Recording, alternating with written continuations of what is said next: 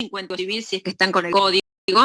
Recuerden que le hemos subido el código comentado y a partir de la bolilla es puro código también lo que vemos, ¿no? No, yo tenía clase, estaba a las 11:30. Pon, por favor, en silencio el micrófono. Entonces tenemos que... ¿Puede repetir el artículo, profesora? Ayele Rodríguez y Nicolás Aguirre tienen el micrófono habilitado. Si yo en el chat les aviso por privado que apaguen el micrófono. El Bien. artículo 258. Bien. Entonces, las consecuencias no son producidas por el acuerdo de voluntad de las partes. Son atribuidas por la propia ley. Hay un principio que es el enriquecimiento sin causa. Si alguien se ha visto mejorado por la acción de otros y en una causa que lo justifique, le debe restituir los gastos. Por eso es que alcanza los gastos, no se refiere además a la prestación del servicio, sino los gastos.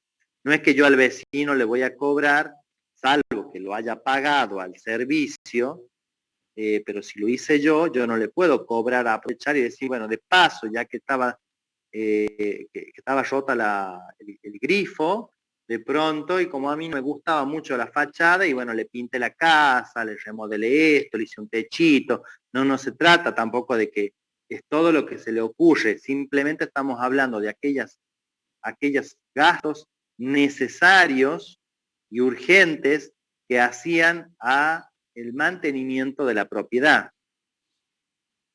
En cambio, un acto jurídico como una compra-venta, hay un acuerdo, hay un contrato, hay un convenio, hay dos o más partes que se han puesto de acuerdo.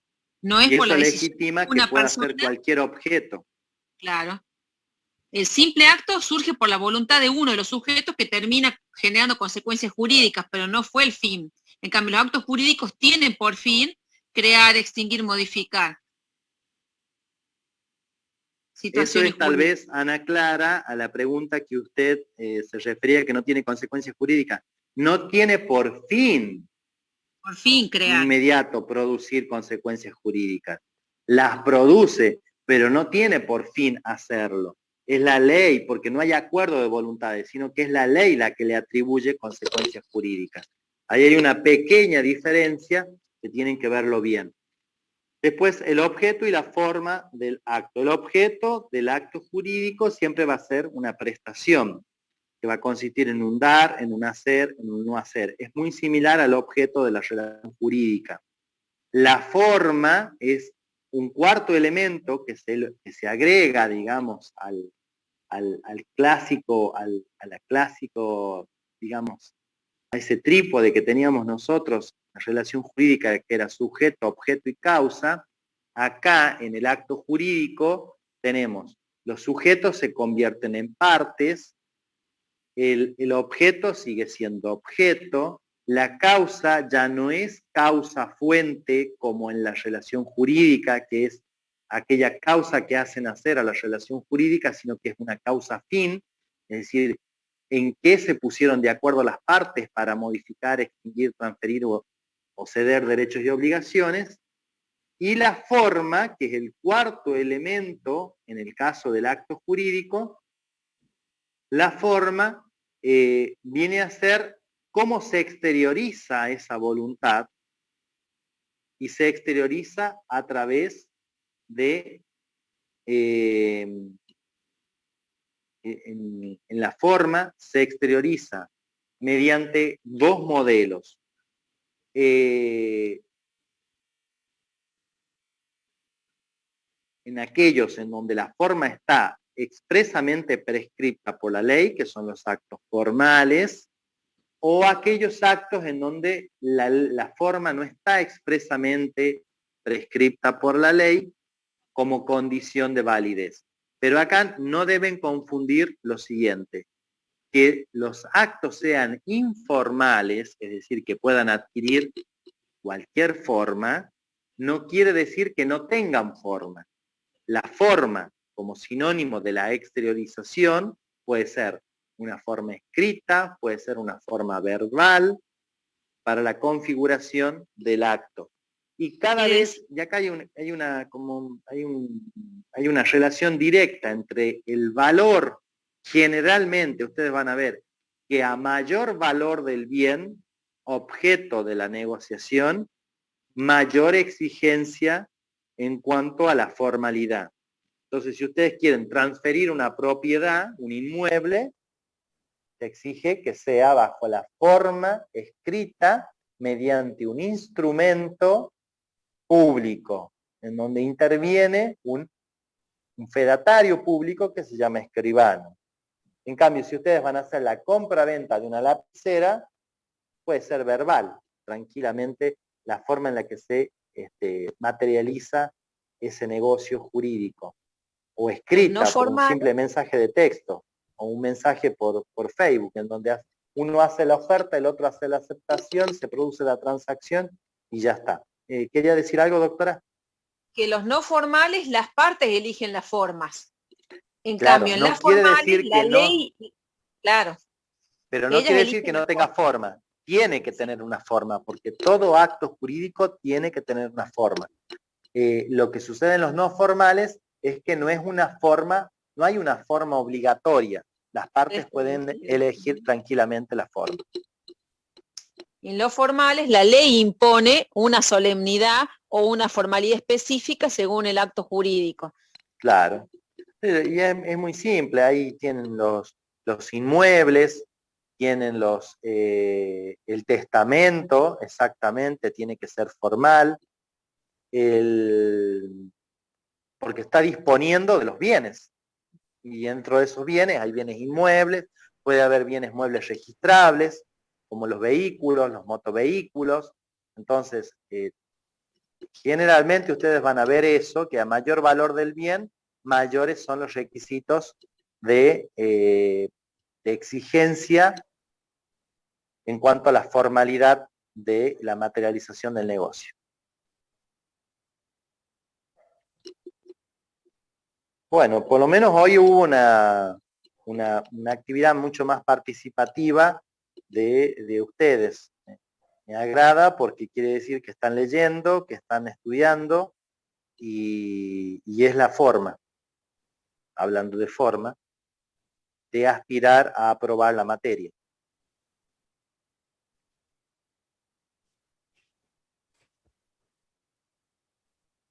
Claro, lo que pasa es que a medida que van avanzando ustedes en el conocimiento, en las primeras unidades se iban nutriendo de elementos, es como aprender un idioma, ¿me entienden, estudiantes?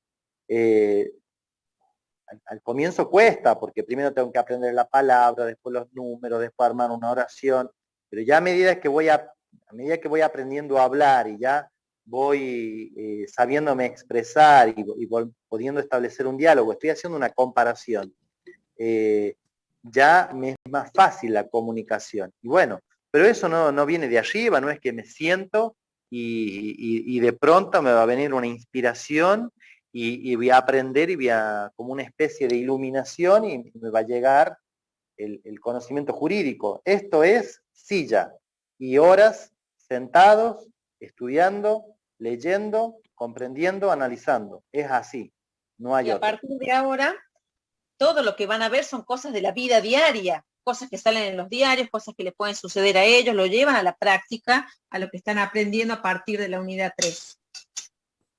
Bueno, acá dice, en el discernimiento, ¿por qué no hay una voluntad viciosa? Muy buena pregunta, Ana Clara. Contestamos lo de Ana Clara y pasamos a la otra pregunta.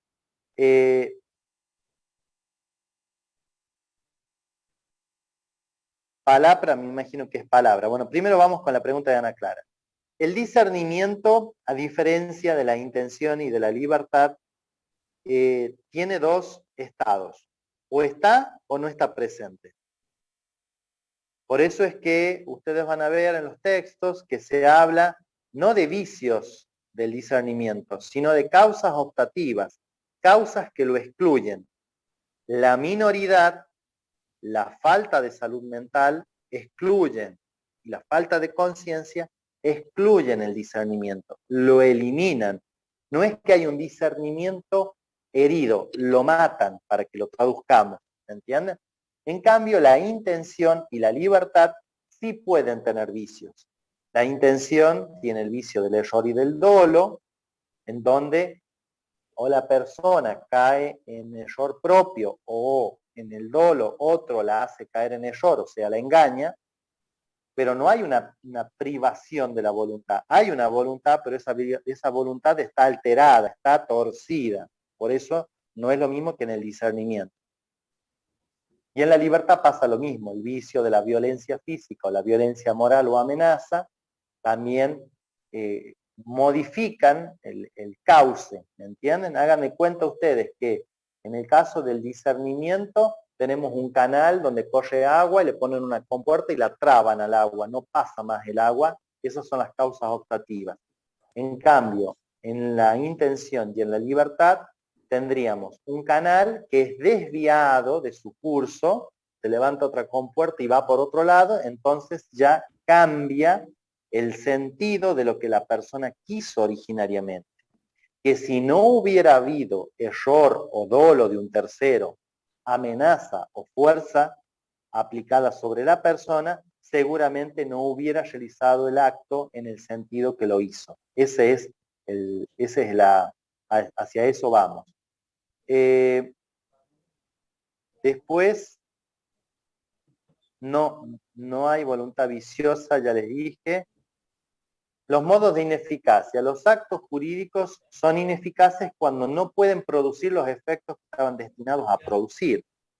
Y esa ineficacia se puede producir, se puede dar por distintas razones. Puede ser por voluntad de las partes, por ejemplo, cuando ambas partes que han celebrado el negocio deciden dejarlo sin efecto, ahí estaríamos frente a la rescisión. Cuando una de las partes le plantea que quede sin efecto el acto o negocio jurídico por incumplimiento de la otra, estaríamos en el caso de la resolución. Y tendríamos el otro caso de ineficacia muy común, que es el tema de la nulidad. En la nulidad estamos en presencia de un vicio constitutivo del acto que le priva de los efectos porque ese acto que tiene ese vicio no puede subsistir jurídicamente y se le impone una sanción. Entonces, por ejemplo, el caso este que estábamos hablando de los vicios de la voluntad. Si alguien ha sido engañado por otro, o sea, esa otra parte o un tercero ha obrado con dolo y lo ha hecho celebrar a alguien un negocio jurídico contrario a sus intereses o a sus deseos, ese acto va a ser privado luego de la eficacia mediante la sanción de la nulidad. Y ahí ustedes tienen que estudiar la diferencia entre nulidad total o parcial, total cuando afecta totalmente al acto, a todo el acto, parcial cuando afecta una parte del acto, puede ser absoluta o relativa, según el interés que se busque proteger, si se puede subsanar ese defecto o no se puede subsanar. Entonces, ustedes van a ir viendo allí que, y la diferencia entre acto nulo y anulable, según un ratito sea ahí afuera, que tenga... ahí. Apague el micrófono, ahí que lo están esperando afuera.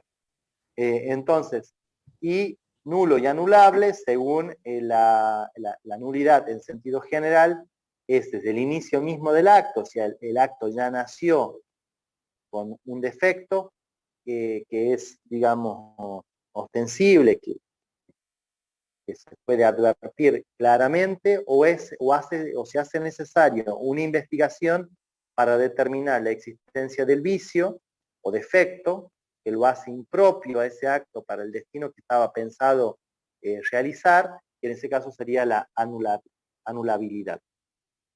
La forma no formal sería un acto de palabra. Puede ser a través de una... o sea, lo no formal no tiene que ver con el medio, sino en que el ordenamiento jurídico para ese tipo de acto jurídico no exige una forma determinada. A eso se refiere con no formal. Puede ser escrito, Y no formal no quiere decir que no tenga la forma escrita, puede ser escrito. En el no formal, las partes eligen libremente cómo celebrar el negocio.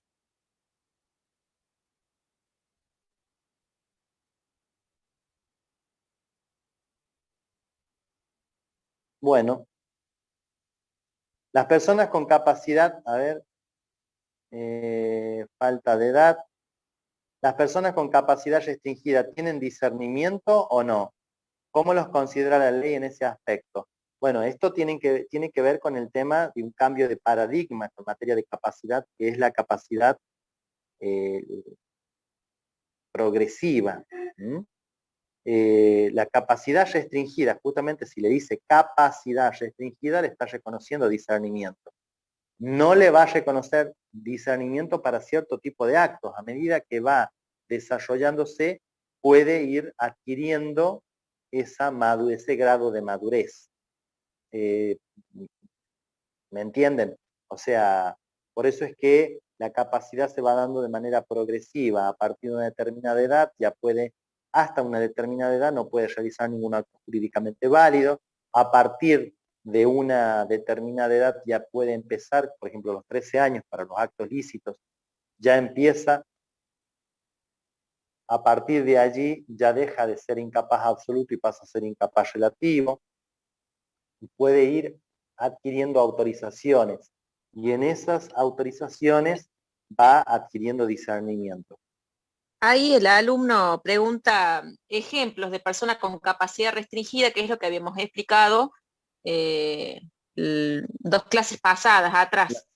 Está en el artículo 32. Se refiere a la primera parte del 32, habíamos dicho que la persona con capacidad restringida es aquella persona mayor de 13 que padece alguna adicción, el mismo artículo da los ejemplos, o alguna alteración mental permanente o prolongada que es de suficiente gravedad o es de tal gravedad esa adicción o esa alteración mental que se va a estimar que si ejerce sus derechos, con esa adicción y con esa alteración mental puede producir un daño a su persona o a terceros. ¿Sí? Ahí tienen los ejemplos. Una persona que padece adicción o una alteración mental permanente o prolongada. Resultar dañoso para sí, para terceros y también para sus bienes, para su patrimonio.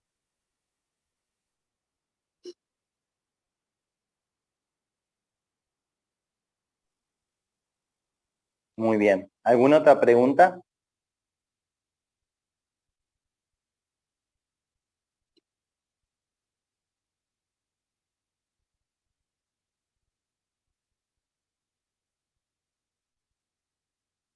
Claro, los inhabilitados.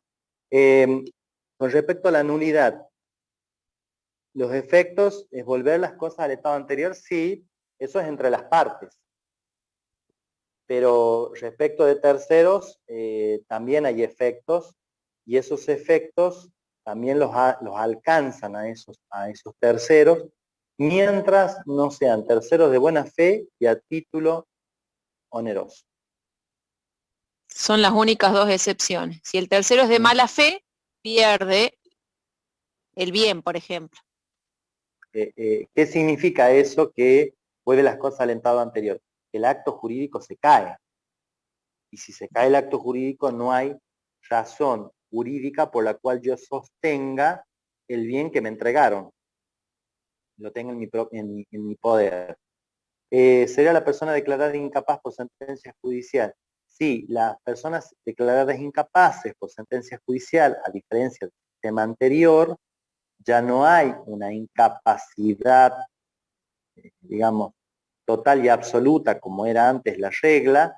Acá el juez va a valorar en cada caso concreto cuáles son los actos que puede ejercer por sí mismo, cuáles son los actos que puede ejercer a través de un sistema de apoyo y cuáles son los actos que podrá ejercer a través de un representante, según la trascendencia o, digamos, del tipo de acto jurídico de que se trate, ¿me entienden?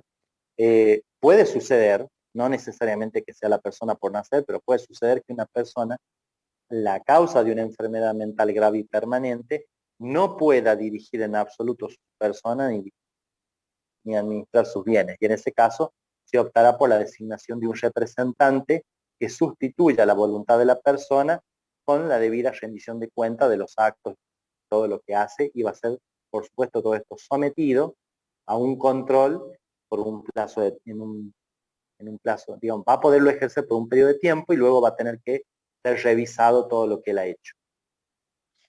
El artículo 24, eso también lo vimos, da los 3 supuestos de personas incapaces de ejercicio. La incapaz, declarada por sentencia judicial, que es la última parte del artículo que estábamos viendo recién. La primera habla de la restricción solo para algunos actos, y la que excepcionalmente se va a declarar la incapacidad es la última parte del artículo, y sería el inciso C del 22, que habla del incapaz de ejercicio. En ese caso es absoluto. La incapacidad es cuando, y dimos el ejemplo, que está en estado vegetativo, que padece Alzheimer y, digamos, no se ubica en tiempo y espacio, no controla el efecto, esos ejemplos dimos, y que es un incapaz absoluto. No hay manera que pueda ejercer por sí ningún derecho de los que es titular. Lo tiene que hacer por medio de su curador, que va a suplir su voluntad. Bueno. Eso está en la, porque está grabada la clase, porque esa, bueno, sí. Sí. Está en la clase. Escúchenme, yo, bueno, no tenía prevista esta clase y tengo otra actividad. Las preguntas que queden, por favor, replíquenlas en el Facebook y la vamos a contestar por ahí. No me puedo quedar más tiempo. Espero que sigan estudiando. Me ha sido muy, muy grata la participación que han tenido en estos minutos que hemos compartido con ustedes. La verdad que los felicito y las felicito por el esfuerzo que están ya demostrando, que están realizando, y este es el camino. Definitivamente este es el camino. Si ustedes se comprometen, leen el material, preguntan, la verdad que les puedo asegurar que van a tener un buen resultado. ¿Por qué? Porque después el examen va a ir sobre ese carril, sobre esos temas en los que nosotros hablamos, en los que nosotros planteamos, y ustedes también van planteando sus inquietudes. Entonces, como una forma de reconocimiento a ese esfuerzo, siempre nosotros, eso históricamente lo hemos hecho así, buscamos ir marcando ese ritmo. Entonces, quien viene a las clases, participa, tiene el beneficio. Aquel que no se conecta nunca, o que no revisa el material, o que no estudia, y bueno, es así, esto es así. Así que, bueno, con respecto a lo de mañana, estamos esta semana, mañana hay un examen final, presencial, porque no me han facilitado herramientas para tomar un examen final que tiene una serie ya de requisitos un poco más complejos que tomar un parcial. Por lo tanto, mañana no vamos a tomar clase, no les vamos a dar clase. Eventualmente ya les voy a comunicar si el día sábado hacemos alguna hora más de consulta, de preguntas, y el día martes, si la profesora Vecchio se recupera, daría la clase a las 20 horas. Sí entiendo el tema de lo de las otras provincias. Estoy evaluando una modalidad que nos permita a nosotros garantizar, primero, que quien está del otro lado efectivamente es quien dice ser. Entiendan ustedes que un examen final estamos habilitando una pequeña porción del título, no es lo mismo que un examen parcial. Entonces yo le he solicitado en su momento, ya desde el año pasado, al departamento, que me brinden el soporte tecnológico, y yo no tengo problemas si me brindan el soporte tecnológico. Hay muy pocas cátedras que tienen eso, pero lamentablemente la conectividad y la capacidad tecnológica de los dispositivos que tengo en mi casa no me permiten, por ejemplo, grabar un examen y almacenar, grabar y almacenar un examen que puede durar 2 horas o más, y marco de un examen final, y es muy poco serio poderlo hacer. Yo lo he pedido, no es que yo no quiero tomar exámenes a distancia por medio virtual, sino que he pedido que me aseguren o garanticen mínimamente una plataforma, que me faciliten la tecnología, y bueno, hasta el momento no ha sido posible. Pero eso no quiere decir que no esté evaluando alternativas. Y creo que así como hemos incursionado en modalidad de examen virtual para el parcial, lo vamos a hacer, algo vamos a desarrollar, ya estoy haciendo consultas técnicas para ver si algo podemos hacer para que se pueda tomar un examen a distancia con los recaudos que exige el reglamento de alumnos para la realización de esto. Porque acá también hay que entender, ahora que está la pandemia, estamos todos, digamos, como sensibilizados, bárbaro, pero hay un reglamento de alumnos que está vigente en la universidad, y que el día de mañana se pueden llegar a hacer planteos de eventuales nulidades, ya que estamos hablando de nulidades, o incumplimientos de normativas, y bueno, y no quiero quedar en el medio de un incumplimiento grosero, porque yo me someto a un tribunal académico.